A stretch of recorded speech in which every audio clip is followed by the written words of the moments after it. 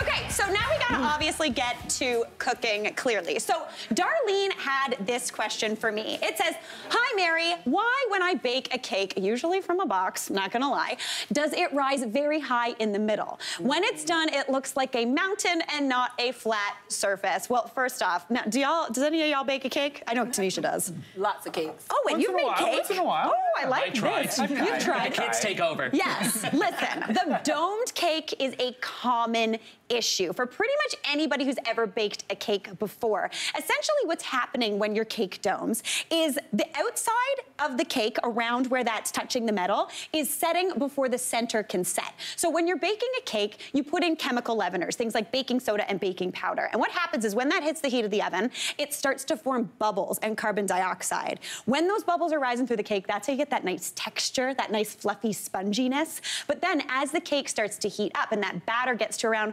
155 to 180 degrees Fahrenheit, the gluten in there starts to gelatinize and cause a structure. So the outside is structured, it's got a formation already, the inside's not yet done. So basically it just keeps on growing until you have a giant cupcake, which is not what you're looking for. Now, there's a couple things you can do to kind of avoid this. One, your oven might be too hot. If your recipe says 350, try setting it to 340. Just dropping it that 10 degrees will kind of slow the outside cooking and allow everything to rise more evenly. If you don't know if your oven runs hot, feel free to get an oven thermometer. Don't trust that one that's on that display, because she's lying most of the time, but that's okay. So you can give that a go. Now, you can also get things called cake strips, and they go around the pan, and they kind of insulate them from that direct heat of the oven, again, allowing it to cook slower. Or if worse comes to worse, good old knife, shaver right off, you're good to go. Good to go. You know what I call that? I call that chef scraps. Yeah. You get to eat the top of a cake and nobody knows, which is always a good thing. Now, I can't really talk about cake without making cake. I think that's literally illegal. Yes. So we are making my s'mores snack cake, and this is it. It is so good. It's total delish. Yummy. Guaranteed to rise flat. Now, you guys can pass these out, but you're not allowed to eat them yet. So I can't have them all. No, you can't have them all. You can't have them all. All right, you guys pass those on down. Okay, now, well, you guys, I taunt you, and you don't get to eat that yet. I'm gonna make those cakes, and then you get to taste them. All right. So the first thing, I've got this recipe is really, really easy to get a nice flat cake, and I'm gonna walk you through a couple of issues that some people have when making cake. So the first thing, lumpy flour. Tanisha, you've had lumpy flour before? Yeah. Yeah. And it's not what we want. No. We got to get rid of the lumps. You gotta get rid of the lumps. Not in the cake. No, I'm honestly, in life, lumps happen. It's Lumps fine. happen, and it's fine. Yeah. But not in the cake. Not in a cake. No. Because if you get those lumps, basically you're getting this little like pocket of dry flour. It's not tasty. It's not cute. We don't want it. So what I want you to do is actually sift your flour. Just this time of year. I find in the summer, this doesn't really happen. But this time of year, as things get drier, things kind of tend to clump up. So for this cake, I need 1.5 cups of flour, and I am going to sift this. Now, I hate sifting things. Yeah. But I'm telling you to do it. If I'm doing it, you gotta do it too. Okay, so 1.5 cups of just all-purpose flour is all you need. And you don't need a fancy sifter. You don't need that thing with the kind of spring load situation. You just need a sieve. And you just wanna pass that through the sieve. And what that does is it shakes out any little clumps that wanna break apart. But these little guys, they're not gonna break apart. Can you even see those? Those guys? We don't like those. Those are going, you know what? I'm gonna throw those out. I'm gonna throw them under here. The fake garbage that you don't know about. All right, now for this cake, since this is a s'mores cake, I'm gonna add in flavors that give you that s'mores vibe. So as opposed to using all flour, I'm also throwing in a cup of graham cracker crumbs. Yes, thank you, Tanisha. Thank you, Tanisha. I love using graham cracker crumbs because it's funny, they kind of act like flour. Yes, there's more ingredients in here, but they give you that like structure you're looking for, but they also give you that flavor you're looking for. Now, I'm from Ireland. What's a graham cracker? Excuse me? I've never heard of a graham cracker. Have you never had a s'more in your life? No, I don't know. Aaron O'Brien. Wow. We are about to change your life. Yeah, we're gonna have to give him a little bit more of our cake. I was gonna say, don't worry, I got a bigger one. He He has some time to make up for it. Yeah, definitely. So it's kind of like a digestive biscuit. Oh, okay. There you go, perfect. Right. I can go more continental. All right, so I've got that in there. Now for those chemical leaveners that I was talking about, that's gonna bring the bubbles into that cake to rise it up. I'm gonna add in 2 teaspoons of baking soda, which can sometimes also be a little clumpy, so you could sift this as well. And then 1 teaspoon of baking powder. Now these two react a little differently. Baking soda reacts to an acid. You've all made like those those vinegar volcanoes before, right? Yeah. That's what's happening in your cake, but more delicious. But that baking powder actually also reacts to heat, like the heat of the oven, so that's perfect. Now I'm also gonna season that up with about half a teaspoon of salt. That's going in too. Give that a stir. Oops. We're good. Yeah.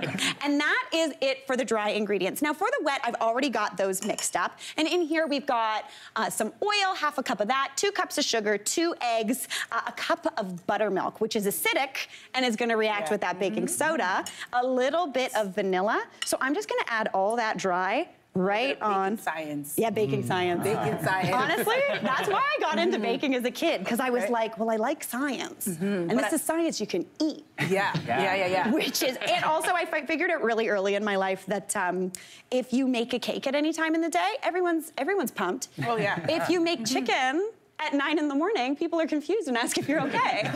Or tomato sauce or lasagna. Yeah. So cake. But a cake? Oh, anytime. Good every time. Yeah. Do you ever bake with your daughter? All the time. Oh, so good. All the time. But then she be getting all the powders everywhere. I'm just like, all right, patience. Yes, patience. Patience. You're learning. That's what it's, yeah. All right, so that is that batter. You can see that beautiful graham cracker mixture. Now, this is a tip that I use anytime I want a really level cake and a super moist and delicious cake. And this sounds wild.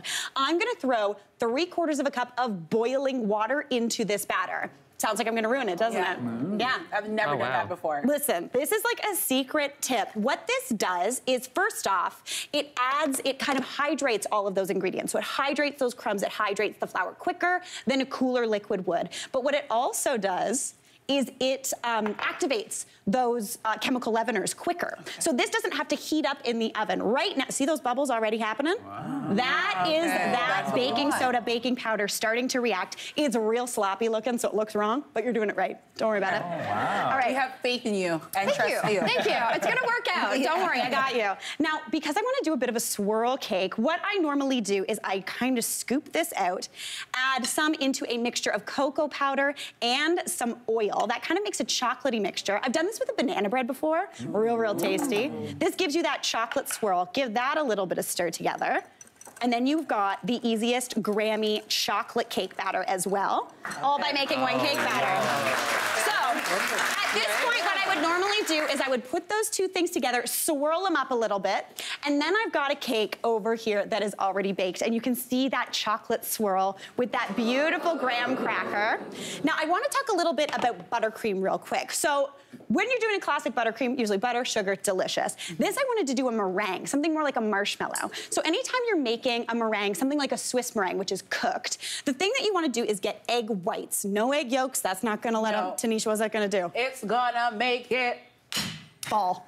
She gone, yeah, it's gone. It's not a thing. So you want clean egg whites. I've got 4 here. Add those into a metal bowl or a glass bowl works too. Into there you want a cup of sugar, just plain white sugar. You could also do brown sugar, which is fun too.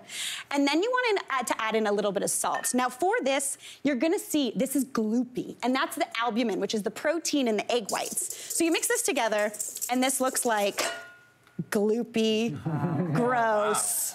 It doesn't look cute, but I can tell you it's gonna taste good. But once you cook this down, the proteins in that albumin are gonna like calm down, and you're gonna end up with something that is like really runny and thin, and you can't feel those sugar crystals anymore. So this is once you cook it down over some simmering water. Once you do that, pop it into a mixer, whip it up, pipe it, onto your cake, and if you want to go kind of like freezer cake style, just do little stars. We're in an art class now, Mary. We are in art class now, Tanisha.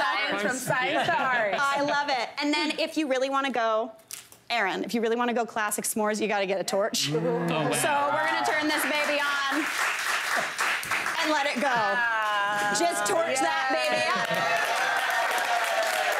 Okay. Now y'all have some already done. I'm very pumped about that. Y'all give it a bite and tell me what you think. Is this like hands or foot? Like Oh, you can do whatever you want, Aaron O'Brien. Oh, he's a hand guy. Yeah. His first ever s'more. Good? Wow. And? the most amazing thing in the world. Hey, Mary here. What did you think? Drop your comments below, and don't forget to like and subscribe for more of the good stuff.